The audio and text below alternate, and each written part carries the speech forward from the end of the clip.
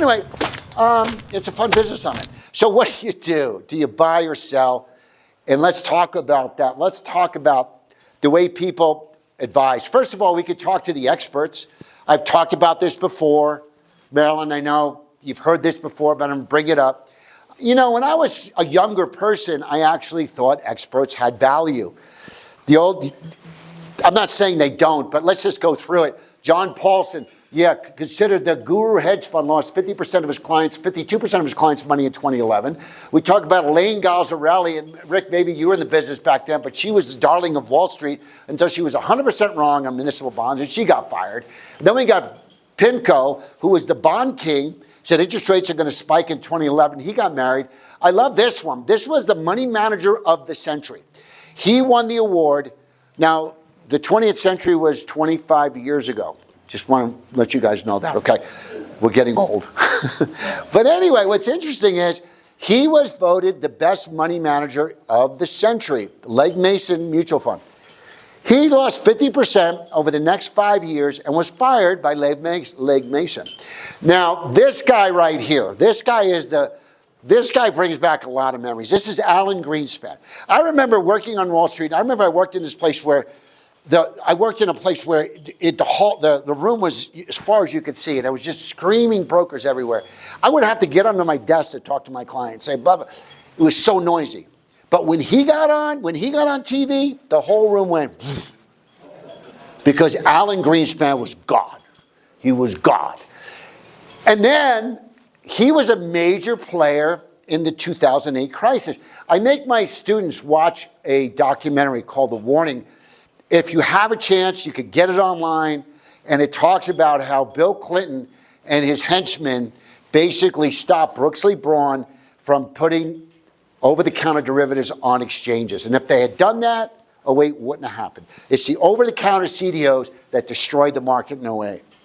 When AIG just said, I can't pay these CDOs, I don't have any money. They handed Hank Paulson, remember Hank? They handed him the keys, said, see ya. Okay, so whatever. Anyway, great documentary, just a great documentary. I make my students watch that. Okay, so anyway, he was disgraced, and he was an expert. So am I supposed to listen to experts? So anyway, do you ask your advisor? Who's your advisor working for? Who's he working for? And what's interesting is, do not people know, most people don't, that most financial advisors help you shop? They don't build products. They just, okay, you need an ETF, here you go. You need an annuity, here you go. You need a private equity, here you go. They just go around the shelves. So you're paying somebody to help you shop. And honestly, ladies and gentlemen, with AI, in 30 seconds, I could build a pie chart. Anybody could build a pie chart for themselves. Why do you need to hire somebody at 1% to build a pie chart, to build a diversified portfolio? It's a waste of money. And if your advisor is a good golfer, fire them. Because you know how hard it is to play golf. Marlene, we talked about that, right? So honestly, but that's how most advisors pick up clients. Right? Go, if you're a good golfer, you must be a good money manager.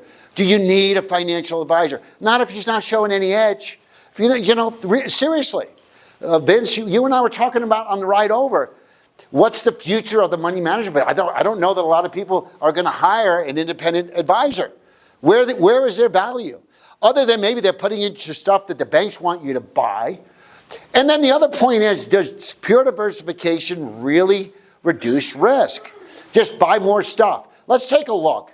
Let's look at the pink represents a diversified 60-40 portfolio, and the black is just long the S&P. Yeah, but you still lose money. Yeah, you get a little bit of edge. But, and how about 22? I mean, 22 was ugly because the 30-year bond was down 30%. The NASDAQ was down 30. The S&P was down 25. There was no benefits. I kind of attribute it to like driving a car and hoping your brakes work. Think about that. How many people have been on an icy road, Jen, and the brakes don't work? How scary is that, right? But anyway, is that what diversification, it works some of the time, but can I go to sleep knowing that, I hope it works, because my client's life savings depends on it? I can't do that. I worked on Wall Street. I had ulcers. I can't do that. So is it really an industry that's driven by diversification because banks build products and then banks tell you what to buy? I know That's the way it was with me. You know, the Dunkin' Donuts and the Yankee tickets, and whoever sells the most bonds today gets 2 seats to the Yankees. That's the way it is in the industry. It's building product and then getting your sales team to buy product. And so if you just want to be safe, just buy more stuff. Just buy more stuff with fees. Anyway, you know, it is a herd mentality. I asked, in my class, the first day I say, how many people are above average? Everybody raises their hand. Well, you're all average. Okay, let me ask you a question. You guys will probably all think you're not average. How many people before they went to a party, Lori, asked, what is everybody wearing? Have you ever done that? You're following the herd. I hate to say it. But I know, Lori, you're unique. I know that. You're 1 in a million. Okay, anyway, you know, there's been a lot of beliefs that are kind of, come on, the world is flat, right? Sell off. So, but they turn out to be wrong. So this whole concept of just buying more stuff is going to make you safer does frustrate me. As a money manager, it frustrates me.